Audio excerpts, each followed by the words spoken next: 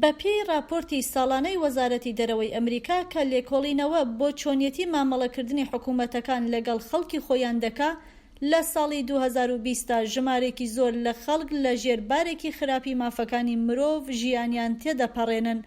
ئەنتۆنی بڵینکێن وەزیری دەرەوەی ئەمریکا راپۆرتێکی پێشکەش کردووە کە ئاسوێکی ڕوونی تێدا بەدی ناکرێ.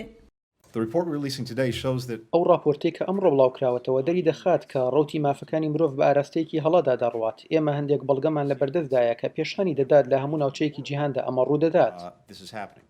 بڵینکێن هەڵسوکەوتی حکوومەتی چاینای بەرامبەر بە کەمینە ئاینی قەومیەکان بە جێنۆساید ناوبرد. راپۆرتەکە توندوتیژی و زیندانیکردنی ڕەخنەگەران و ڕۆژنامەنووسان لە شوێنەکانی وەک رووسیا و بیلاڕووس لەخۆ دەگرێت. سارا هێڵوێنسکی بەڕێوەبەری ڕێکخراوی چاودێری مافەکانی مرۆڤ لە واشنگتۆن دەڵێ راپۆرتەکە گۆڕانێکی بەرچاو لە بەڕێوەبەرایەتی سیاسەتی دەرەوەدا دروست دەکات.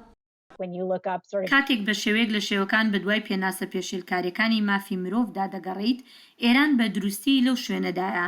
من پێم وایە بە تایبەتی بۆ ئەم بەڕێوەبەرایەتیەش ئەم پرسە کە تێدەگات ئەو پێشێلکاریانە چین جێگای سەرنجە. بڵینکێن هەروەها ئاماژەی بە توندوتیژیەکانی نێو میانمار کرد پاش کودەتای سەربازی کە دوای سەرکەوتنی حیزبی نیشتمانی ئۆنگ سان سوچی لە مانگی 11 ساڵی ڕابردوودا لەو وڵاتە سەری هەڵدا. هەڵوێنسکی دەڵێ قبوڵی بەرپرسیارەتی لەم راپۆرتەدا شکۆ و کەرامەت بۆ قوربانیان دەگەڕێنێتەوە.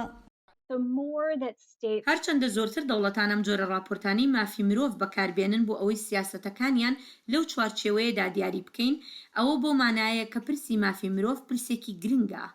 هەڵوێنسکی دەڵێ ئەم جۆرە ڕوانینە لە سیاسەتکردندا کاریگەری دەخاتە سەر بڕیاری وڵاتەکان لە هەناردەکردنی چەکی شەڕدا بۆ وڵاتانی دیکە.